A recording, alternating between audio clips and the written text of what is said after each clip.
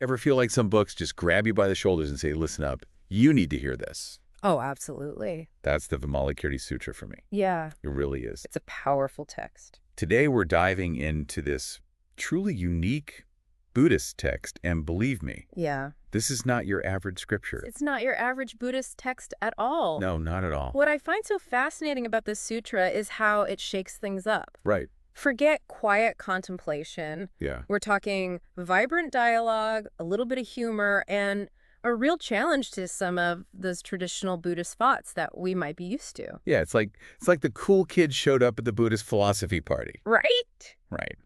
And the life of the party, Vimalakirti himself. Exactly. This isn't some, wise monk on a mountaintop. We're talking an everyday guy. Yes. A wealthy guy. A wealthy layman? Showing an understanding of the Dharma that is blowing away. Yes. Even the most advanced bodhisattvas. It's true. It's kind of humbling, actually. It is. It really is. It makes you question, I think, a lot of what you think you know about even well-trodden paths. Absolutely. Right from the very first pages. Yeah. The sutra paints this picture of Vimalakirti as somebody who is just extraordinary. Yeah.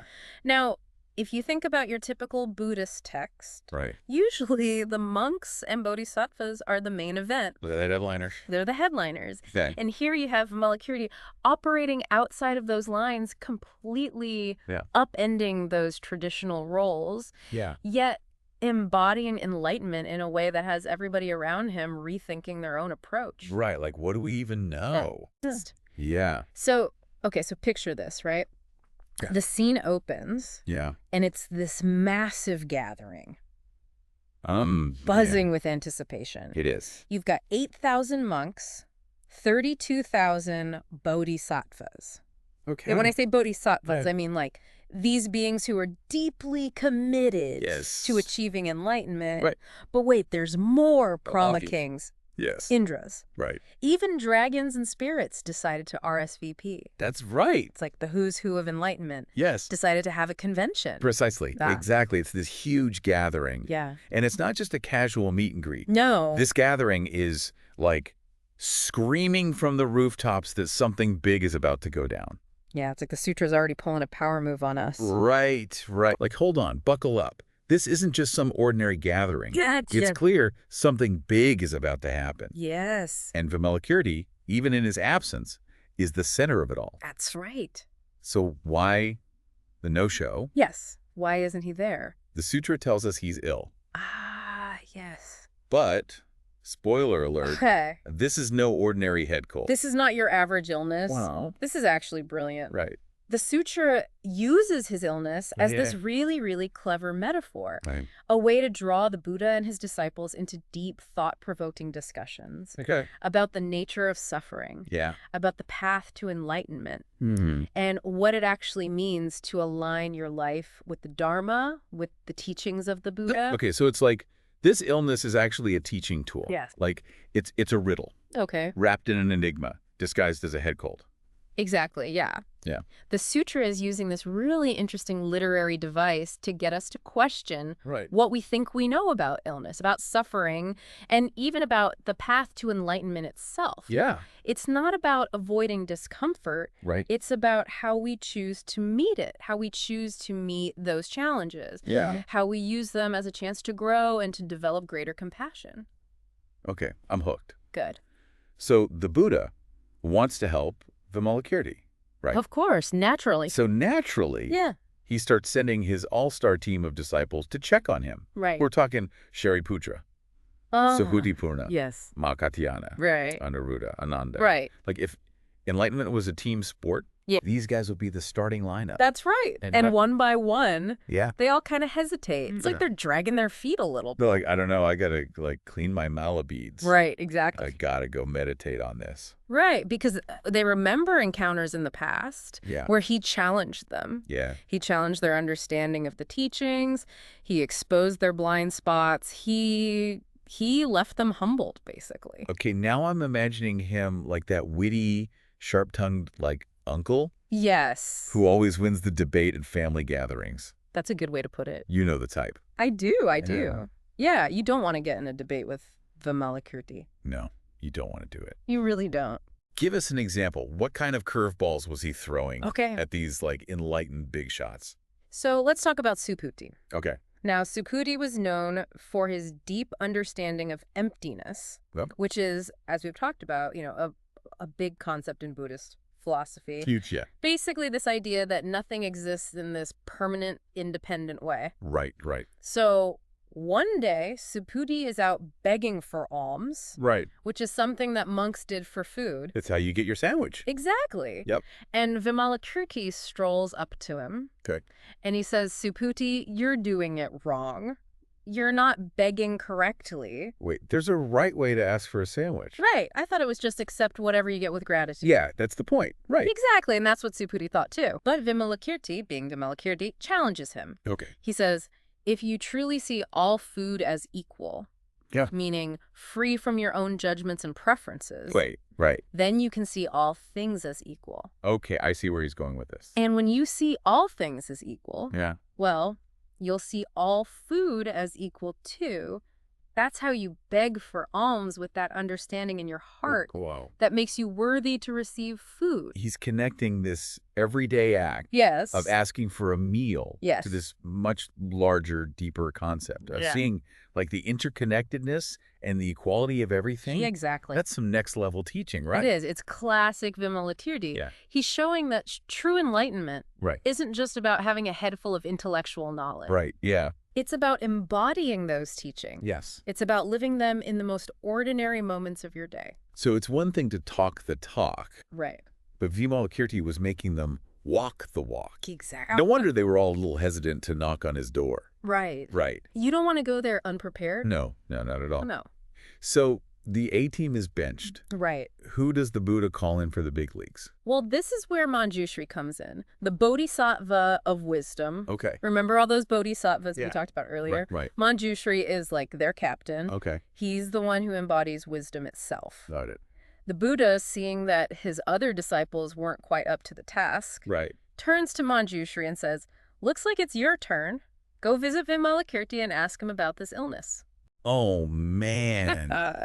Talk about a clash of the titans. I know. This isn't just a house call. Yeah. This is like the ultimate wisdom showdown. It's like the wisdom duel of the century. I love it.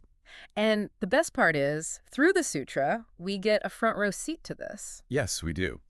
But before we dive into this epic dialogue between Vimalakirti and Manjushri, I want to take a moment to appreciate how the sutra really sets this scene. Okay. It's not just some random guy being sick, right? Right. Vimalakirti's entire room becomes this stage for exploring these really profound Dharma lessons. It's like his sick room transformed into the hottest ticket in the spiritual realm. Exactly. Everyone is clamoring to get in there. I know, right? To hear this everyday guy school the wisest beings around on the nature of reality.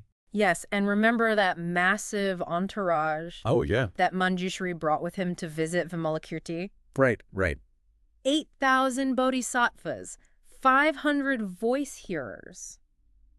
These are individuals well on their way to becoming arhats. Basically, those who've attained a really deep level of enlightenment themselves. Plus, countless heavenly beings all tagging along. It's a big crowd. Do you imagine being a fly on the wall for that conversation? I'd settle for being like a dust bunny in the corner just to soak up some of that wisdom. Exactly. Okay, so Manjushri, being the embodiment of wisdom and all. Yes. He's not fazed by Vimalakirti's reputation at all. No, not at all. He walks right in. Yep. Cuts through the small talk. He gets right to it. Gets straight to the point. Yeah. He asks Vimalakirti about his illness, which, as we know by now, is not your average case of the sniffles. Not your average head cold. Yeah. And of course, Vimalakirti, master of turning the tables. Right.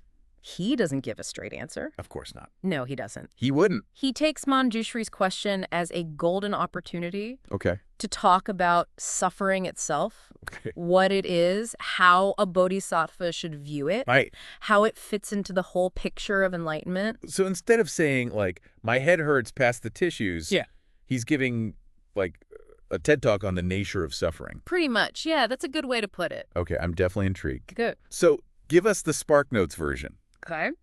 How should a bodhisattva view being sick? Okay, so Vimalakirti, he doesn't mince words. He tells Manjushri that he should teach others about the temporary nature of the body. how it's always changing, never staying the same. Right.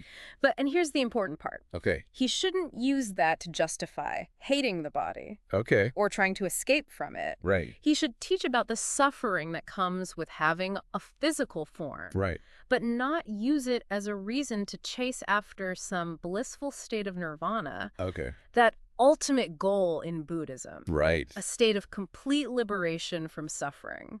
Okay, so I'm starting to see how Vimalakirti operates. Okay. He's always challenging those conventional interpretations. Yes. It's like he's saying, don't get stuck in this trap of wanting things to be different than they are. Yes. Like suffering is part of the experience. Right. But it doesn't have to define the experience. Exactly. Yeah. And it doesn't stop there. Okay. He goes on to explain that a bodhisattva should actually use their own experiences with illness, with suffering, as a way to connect with and understand the suffering of others. It's about cultivating compassion, letting your own experiences fuel your desire to help others. So it's not about pretending the pain isn't there. No. It's not about trying to, like, rise above it. No. It's about using it as fuel for your practice. Exactly. For living a life that benefits everyone. Yes. This is a serious perspective shift. It is. It reminds me of that quote from Viktor Frankl. Okay. In some way, suffering ceases to be suffering at the moment it finds a meaning. Yes. Vimalakirti is saying something very similar. Yes, he is. But, like, within the framework of Buddhist teachings. Absolutely. And this idea of finding meaning in suffering, of using it as this catalyst for growth. Right. It comes up again and again in the sutra. Right. In fact, later on, Vimalakirti introduces this really thought-provoking concept. Okay. The illness of emptiness. The illness of emptiness. Yeah. He states that both he and nirvana are empty. Right. When questioned why, he explains they are merely names, constructs, without inherent independent existence. Right. He highlights that recognizing this lack of inherent existence frees one from other illnesses, leaving only the illness of emptiness, which itself is ultimately empty. Okay, I'll admit, that one's got me a little turned around. Okay. It's like trying to untangle Christmas lights in the dark. Can we get a rewind on that? Okay, so what exactly does he mean by the illness of emptiness? Imagine this. You spend your whole life chasing after things that you think will make you happy, things that you identify with. Right. Your possessions, your achievements, even your beliefs. Yes. But what Vimalakirti is saying is that even those things, those ideas that we cling to, they're empty of any real lasting substance. They're like bubbles. Right. Beautiful for a moment, but ultimately empty. So the illness is that attachment to things that are like always changing, always slipping through our fingers. You got it. Okay. And the cure. Right. Recognizing that emptiness, letting go of that white-knuckled grip we have on things that we think define us, he's encouraging us to see past that illusion of a solid, unchanging self. Okay.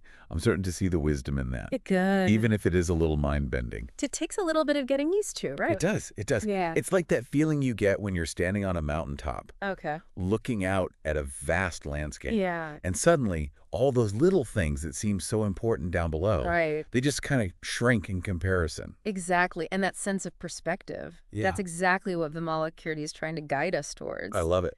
And speaking of vast landscapes and mind-bending concepts, there's this other really fascinating section in the sutra where Shariputra, remember him? Yeah, one of the Buddhist disciples. One of the Buddhist disciples, exactly. Yeah. He's completely baffled by how Vimalakirti's small room can fit all of these bodhisattvas and their giant, magnificent lion thrones. Right, because there's like thousands of them in there at this point. I know, right? Right. It's a lot. It's a lot of people. Imagine trying to squeeze a stadium seating chart into a studio apartment. It's not happening. It's not happening. Okay, so I'm picturing some serious special distortion magic happening here. Right. Did Vimalakirti hire like a cosmic interior designer or something? I think even bigger. Okay. This is where the sutra introduces the idea of the emancipation beyond comprehension. Emancipation beyond comprehension. Yes. Okay. Vimalakirti explains that a bodhisattva who's truly mastered this level of understanding can do things that seem totally impossible to us. Okay. For example, they could take Mount Sumeru. Picture the biggest, most magnificent mountain you can imagine. Okay. the one that sits at the center of the Buddhist cosmos. Right. And put it inside a tiny mustard seed. Wait. Oh, right? I know seeds have potential, but that's next-level gardening. That's some serious gardening skills right there. Right. But the sutra isn't giving us a lesson in botany here. Okay. It's challenging our perception of what's real, what's possible. Right. Vimalakirti even says, only those who are meant to see it, those on the path to enlightenment, will be able to see Mount Sumeru tucked inside that mustard seed. So it's not about, like, some magical shrinking spell. Yeah. It's about opening our minds to a completely different way of seeing, of understanding, of experiencing reality. You're catching on. And the sutra gives all sorts of other examples of this kind of impossible emancipation. Right. Fitting the entire ocean in a hair follicle. Okay. Squeezing a kalpa, which is an insanely long period of time, we're talking billions of years, into just 7 days. Right. It's all about showing the limitless potential of a mind that's free from those old restrictive ways of thinking. It's mind-boggling for sure. It is. But also kind of exhilarating, isn't it? It's like the sutra's whispering to us. What's it whispering? Don't box yourself in with what you think you know. Yes. Reality is far stranger and far more wondrous than you could possibly imagine. I love that. Right. This Vimalakirti guy. Yeah. What a character. He's pretty great. He's like that wise, rebellious uncle. Who shakes everybody up at the family reunion. That's a good way to put it. Gets them thinking differently. Yeah. I'm kind of digging his style. Yeah. And he's not done yet. No. Remember those bodhisattvas we talked about? Yeah. The ones with Manjushri and Vimalakirti's incredibly flexible living space? Right. Still boggles the mind. Well, inspired by all this talk about expanding our understanding of reality, they decide to have a go at explaining this concept of non-dualism. Okay, now before we get lost in the weeds of Buddhist philosophy here, can we get a crash course on non-dualism? Sure. What's the key takeaway? Okay.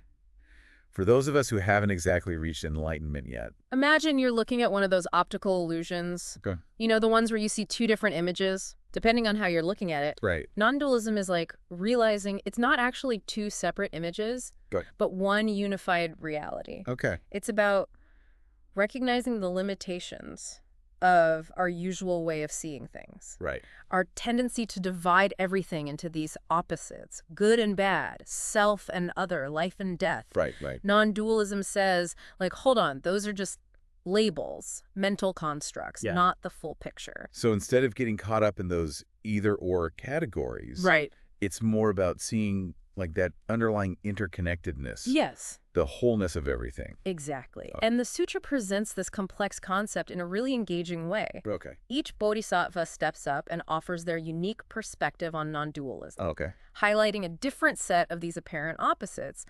Okay, so give us an example. One bodhisattva explains that birth and extinction are perceived as a duality, but since all things lack inherent existence, they can't really truly be said to be born or extinguished in this absolute sense. Grasping this concept, they argue, is a step toward entering the gate of non-dualism. So it's like realizing that life and death, instead of being like two separate endpoints, are just different stages of a continuous process. Exactly. Another bodhisattva focuses on defilement and purity. Okay. We tend to think of these as completely separate. But the bodhisattva argues that if you look closely at the nature of defilement, you'll find it doesn't inherently possess the characteristics that we typically attribute to it, including the characteristic of being separate from purity. Okay. This insight, they explain, leads to the dissolution of all such distinctions, allowing one to enter the gate of non-dualism. So they're saying, like, don't be so quick to label things, even in yourself. What you judge as bad or as impure might just be another path to awakening. Exactly. It's a very accepting, compassionate perspective. It really is. I like it. And the sutra keeps this up with other bodhisattvas. Okay. Exploring different dualities, joy and sorrow, self and other, the conditioned and the unconditioned. It's like they're weaving this beautiful tapestry of perspectives. Each thread adding to our understanding of this really subtle concept. Okay, so we've got all these bodhisattvas offering their interpretations of non-dualism. What about Vimalakirti? Right. He wouldn't miss a chance to add his 2 cents. Of course not. This is Vimalakirti we're talking about. Right. He drops a bit of a truth bomb. Okay. He points out that even saying this is non-dualism Yeah. is in itself creating a duality. Of course. And he emphasizes that if non-dualism could be grasped conceptually, yeah, there would be no need to define it or discuss it. Right. It has to be directly experienced. It's like trying to explain the color blue Yes. to someone who's been blind since birth. Exactly. You can use all the words you want. It's never going to quite capture that direct experience. Exactly. And that's what makes the Vimalakirti Sutra so powerful. Right. It's not just some intellectual exercise. Yeah. It's an invitation to step beyond those mental gymnastics. Beyond our limited thinking. Right. And to directly experience the nature of reality ourselves. It's a practice, not just a theory. Yes, exactly. Exactly. I love that. And as if all this profound wisdom isn't enough. Right. There's more. The sutra treats us to another incredible scene. Okay. Picture this. Okay. It's lunchtime. Okay. And Shariputra, always the practical one, right, starts wondering how Vimalakirti is going to feed this massive gathering of bodhisattvas and heavenly beings.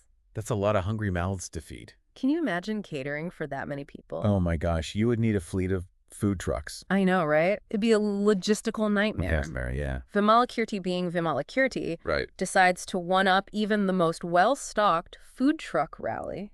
He uses his transcendental powers to conjure this magnificent feast from the pure land of the Buddha fragrance accumulated. Hold on, a pure land? Yes. Are we talking about like a divine catering service now? Think of it as a realm of pure potentiality. Okay. Free from the limitations and impurities of our world. Okay, I like it. And the food? It's described as being redolent with the odor of great pity. The odor of great pity. Okay, now I'm really curious, what's on the menu in a pure land?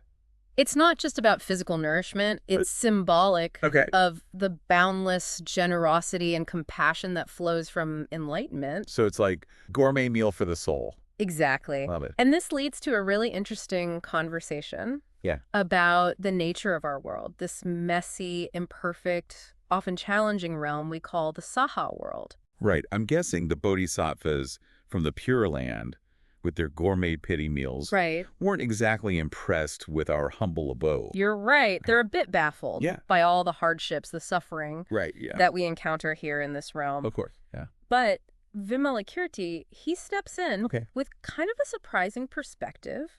He explains that the Saha world, with all of its flaws, actually offers unique opportunities for bodhisattva practice that even those in the Pure Lands don't get to experience. Wait, so our imperfections are actually our strengths? In a way, yes. Vimalakirti highlights 10 specific practices that are unique to the Saha world. Like what? Things like enduring hardship with grace, facing criticism with an open heart, encountering different viewpoints without judgment. Basically saying, if you can cultivate compassion and wisdom in this world, you're really on the fast track to enlightenment. Like a boot camp for bodhisattvas. Yeah. We got all the toughest obstacles, the most challenging terrain. Exactly. And the sutra wraps up with the Buddha himself giving a big thumbs up to these teachings. He's like, Vimalakirti, you're all right. Right. He emphasizes the immense benefit of not just reading this text, but embodying its wisdom, sharing it with others, and letting it guide our actions in the world. So this isn't just a book club pick. This is a call to action. It is. It is. As we wrap up this deep dive into the world of the Vimalakirti Sutra, I want to leave you with this thought. Remember how Vimalakirti, this everyday guy, kind of stole the show? He did. He really did. He outshone even the most advanced monks and bodhisattvas. He did. He challenged all of us, I think. So how does that make you rethink your own ideas about enlightenment? Does it have to be this distant, lofty goal reserved for, monks in monasteries? Or could it be something we cultivate right here? Right here, right now. Right now. In the midst of our messy, imperfect lives. Exactly. That is a question worth pondering. It is. This deep dive has been incredible. It has been fun. Thank you so much for exploring the world of the Vimalakirti Sutra with us. Absolutely. My pleasure. Until next time. Yes. Keep asking those big questions. I love it.